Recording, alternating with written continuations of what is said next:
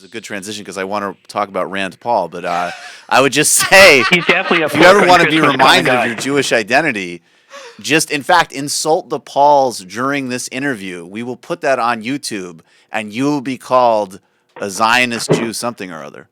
Yeah, that's true. That part of the Republican Party can still get worked up. Well, let's call it the white supremacist wing. Or the Paul Brown wing works well, too. And so I will do my best to insult Rand Paul and that squirrel that lives on his head pretty consistently. It's already done. And hopefully some people will freak out about that and come and call me names. Jew Cliff Schecter insults Rand Paul's hair. All right, let's... They can show up again and be like, Sam Seder, we're not anti-Semitic, you Jew-looking guy. I was a big fan of that. I thought that was a very effective argument by them. No, that was a classic. So actually, I do want to kind of get into this, and I think that there's a couple of different ways to go at the Rand Paul filibuster. But before we kind of get into the specifics, I want to just know, I think people have had very different reactions to it, and I'm really curious, you're just sort of broad kind of aerial takeaway. What do you think about this? What's your impression of what he did and what he's trying to do? Did you work aerial in there purposely because it's a drone thing, or was that completely accidental? You know what? You called me out. He's been working on that all morning. That's not true, actually. I was working on getting Jay-Z in the transition music all morning, so it was even less responsible than that. Yeah. Well done, by the way. I as I try to bring often when I talk about this stuff, and I think I try my best anyhow that I bring nuance. Granted, it's angry usually and sarcastic nuance, but I try to bring nuance in that. You get these people that are so absolutist on one end or the other quite often, and I find this is another one of those things. You either have to be with Paul or against Paul. I certainly would never have signed up anything and put up the hashtag I stand with Paul because I think he's a terrible human being. Quite frankly, I think he's terrible for what he said about Hillary Clinton over Benghazi, for the disrespect that he showed the Secretary of State, who knows so much more about foreign policy in her pinky than he will ever know in his entire life. I think he's terrible for the fact that he's a hypocrite who likes to decry and scream about government spending, but then you find out that he's taking Medicare for his medical practice. Why? Because, quote, doctors have the right to make a good living too. You don't, by the way, if you're homeless and you need food stamps or whatever it might be, then you don't. You should just starve and die, and that's not the government's responsibility. It is, however, the government's responsibility to make sure doctors like him have a nice living. And his libertarianism is not libertarianism. Gary Johnson is a guy I can respect as a libertarian, even if I disagree with. Right. Rand Paul is a very different beast. The Paul family are. They're what I like to call neo-Confederate isolationists. It's a couple of old and ugly strains in the Republican Party that get them to where they are. It's based on they don't want the federal government to ban abortion or gay rights, but they're very comfortable. In fact, they support states. His father, Ron Paul, supported the state of Texas banning sodomy. They're all for the state taking away your rights, and to me, who the hell cares who it is who's taking your rights away if they're being taken away? How's that libertarianism? I don't really understand that.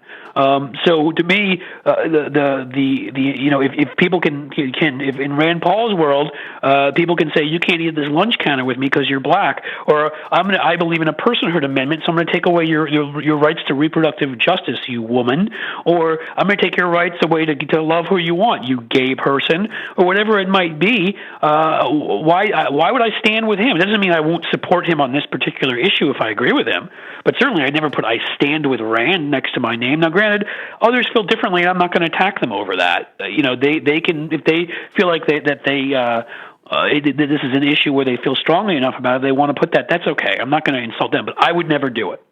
I will, however, say that I think there needs to be a process. Where I also find a little bit of nuance for people on the left is sort of drones have become this be-all. We hate drones, and I don't really understand what the difference is if it's a drone or it's a cruise missile or it's a bomber that's dropping something on you. To me, they're all, the issue is not drones. The issue is what the right of the executive has. And we haven't laid that out in any good way, and there's no doubt in my mind that President Obama has gone way past what I think is acceptable, just as his predecessor did, in declaring, what state secrets are, and not rolling back the program of illegal wiretapping, and a number of variety, not closing Guantanamo, or at least fighting for it rhetorically and fighting for it in terms of America's values. So I would be critical of President Obama there. But I don't think that's why Rand Paul is doing it. I could be wrong. I think he's doing it politically. He wants to be president. He admitted as much. We all know as much. So it doesn't mean, again, that I wouldn't sit there and support what Rand Paul was saying if I think it's right. You always find, on certain issues, I've found common cause with neoconservatives. On certain issues, I've found cause with traditional conservatives. And I would do the same with Rand Paul on this particular issue and on the legalization of pot and a couple of other things. I wouldn't necessarily sit there and smoke through Aqua Buddha with him. I might. I wouldn't. I don't think so. It being illegal and all, I can't do that. Could you smoke Aqua Buddha, or or maybe you'd have to vaporize Aqua Buddha? But again, I guess what I'm trying to say in my own way is, I think to say I'm with Rand Paul or I'm against him even on this issue isn't enough nuance on it. I think, again, we need a policy, and I think this is a difficult area. It's easy to demagogue, but I think, if you find out Osama bin Laden and people like him are somewhere planning an attack against the United States, well, that's an act of war, and you need to be able to go after them. At the same time, I think there are some essential kind of distinctions, and I just to sort of run off a few points here, actually, because you brought up a lot there. I think one is that, and you're saying actually exactly, just parenthetically, what Matt said yesterday, which is totally true, which is that if the state of Alabama reinstituted segregation and wanted to use drones to help enforce that, the Pauls would be all for that, and I think that that's totally true, and that's a very well taken point. And it's a great point. I think on top of that, though, there are some things about the drone program that he did mention which I think are intrinsically problematic, like, as an example, signature strikes, which are based off of behavioral patterning. And when you get into behavioral patterning, which, granted, you're going to get some people you want to get through behavioral patterning, but you're basically excluding out even a possibility of measuring civilian casualties, because you're basically just saying, hey, look, if you're in an age group and you're in this area, we're going to get at you. And so I think there are some things that are really intrinsically problematic about the issue in that way. But what frustrated me, and I'm interested in you commenting on, is I think, there's a wide way to look at the drone issue, and it is complex and it is easy to demagogue, but I think it's really clear that they're being overused and over relied on. They have killed a fair amount of civilians. They're not being used strategically, and there are these kill lists and all the rest. But he spent most of his time up there talking about this bizarre hypothetical about dropping a drone on Jane Fonda, on a cafe in Chicago.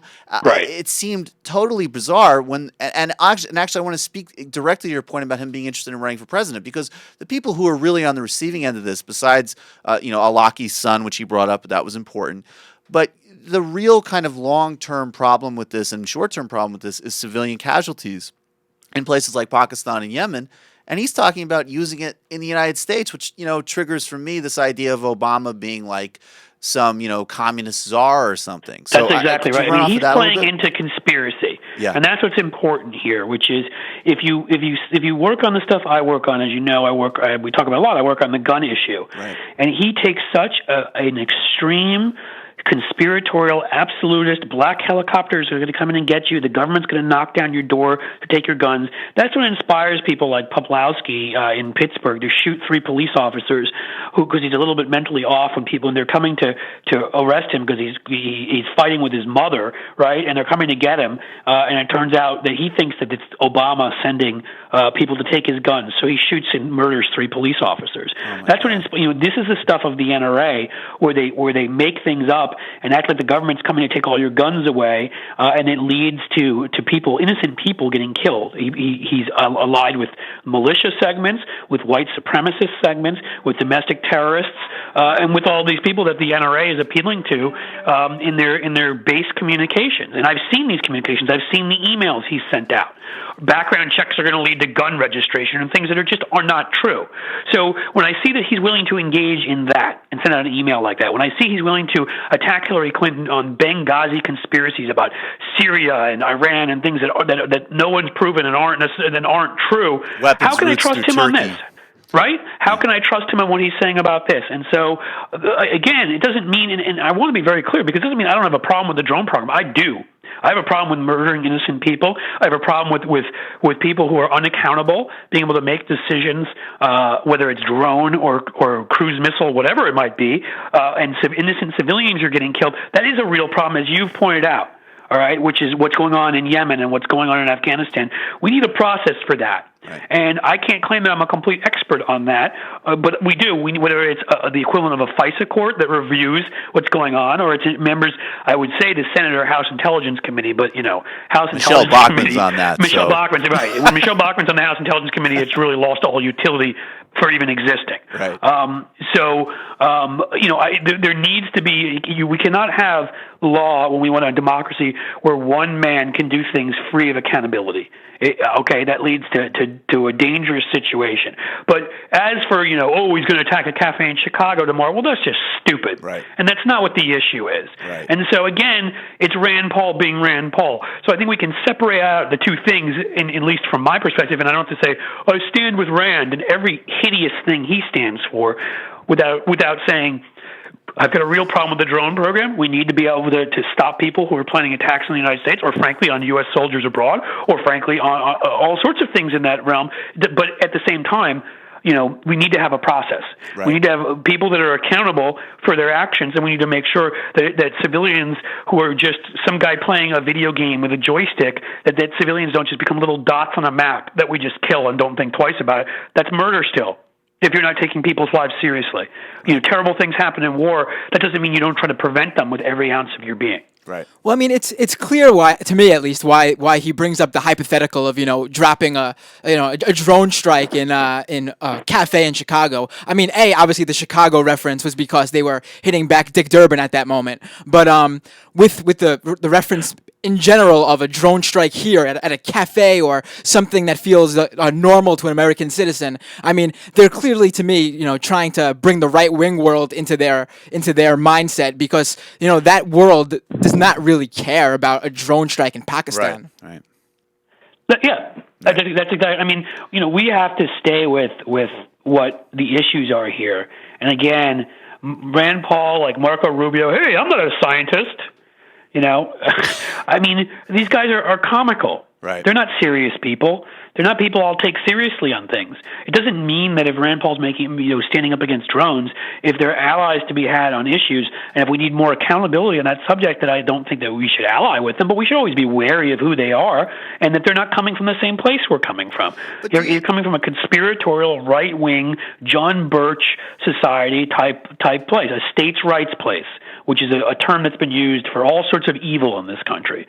And that is not it's not libertarian. They can call themselves libertarians all they want. Libertarians don't favor personhood amendments, and the libertarians don't favor the right of your government, whether it's your state, local, or federal government, to come in and say you can only have sexual relations with this person or that person. You can only drink water from the water fountain with this person or that person. They would be completely fine with an autocratic state as long as it's your state government doing it. How the hell is that libertarianism? No, absolutely. No, I think they have some really, really ugly politics. And I guess the last question I have about this, which I really want your insight on, is I think what's really potentially problematic about this, though, is that as that space, so, Ron Wyden, just objectively, he's probably the smartest, most kind of consistent and thoughtful guy about these issues in the Senate. And he's been very critical and very thoughtful and very engaged on the issue. But the high-profile people on these issues, because they've been seated and because of what the administration has chosen to pursue, are people like Rand Paul. Or when Ron Paul ran for president, he would go on college campuses and kind of have an anti-war message and this sort of thing, and it was appealing to younger people. And then what kind of gets swept in along with that is all this unbelievably toxic, conspiratorial, and bizarre politics along with it. So what's the danger for the kind of younger demographic that these guys are talking to, and how it's skewing the whole field of play, that they're the people who are most primarily identified with these issues that are important, and I think a lot of, particularly younger people are going to be really engaged with? I think you're exactly right, and that is a danger, and a real one. And it's a danger politically and policy-wise, frankly. I mean, we're talking about politically, yeah, Rand Paul gets himself identified with as Ron Paul became identified with certain issues, and all these people that I knew that at one point were, not a lot, but I knew some people that were progressive that suddenly were big Ron Paul supporters, not realizing what came along with the baggage there. And, you know, it's the same thing here, that this is clearly, for Rand Paul, he sees the political upside. He's honest about it. You know, that they're not appealing to people in New England and the northern, you know, the Great Lakes states and parts of the West. And the way to do that, of course, is to put out this faux libertarianism, like you're really a libertarian, although you're not. You can still keep your southern base of support because you're talking states' rights and you're saying to them, you know, wink, wink, we won't let the federal government ban your right to love who you want or your right to reproductive justice, but we'll let you guys do it. But then you get to go out and seem like you're cool because you favor legalizing pot, you know, and you're against drones and the rest, and maybe you convince some people in some of these other states to support you because they don't realize the other aspects of your noxious policies. And so that's the political side of it. The policy side of it is, look, the Rand Paul was a big opponent of all the wars in Iraq and Afghanistan, and suddenly he shut up about all of that. You may remember during his Senate race when it became important for him to win. And supported settlements in the West Bank. I mean, he's making his moves. That's right. So to think he's not going to throw overboard whatever he uses to get elected the minute he gets there, you know, and again, this is not to say that President Obama hasn't done some of the same, but politics is a judgment call. Sam and I, and you guys too, have been very critical at times of President Obama, but we felt like in the end of the day, because I believe I can see nuance, I have to make a decision based upon all of my values and all the very many various forms of liberty that I believe in, that include women and gays and African Americans and Hispanics and everyone else. I have to decide what I think is better overall. And I decided that was President Obama, even though I disagree with him on a number of things, and I don't think I've been very quiet about being critical of him. Oh, definitely. I'm probably the biggest Obama bot in the Majority Report staff. So I would tend to agree with you. But so basically, that, look, you're if you lying, want to dude. choke on bong resin and legalize child sweatshop labor in the United States, vote for Rand Paul. But if you have other concerns, you should probably look elsewhere. I think that's actually, I think you should look at maybe being a speechwriter. I think you crafted that quite well. And I like the slogan there. Do you want bong resin and little kids knitting your clothes? Yeah. Come here to Rand Paul. Right. They also knit my hair. Would you? Okay, Right. They also sorry, knit your I'll hair. stop with Would the you hair like jokes, your I just can't munchies help it. served to you by a 9-year-old working for a penny an hour at the local Cumberland Farms? Vote for Rand Paul. Right. Hey, do you want the liberty of having no minimum wage? Vote Rand Paul. I mean, seriously, Right. If you start analyzing all the guy's positions on so many issues, come on. Do you think unions should be completely eliminated? Vote Rand Paul.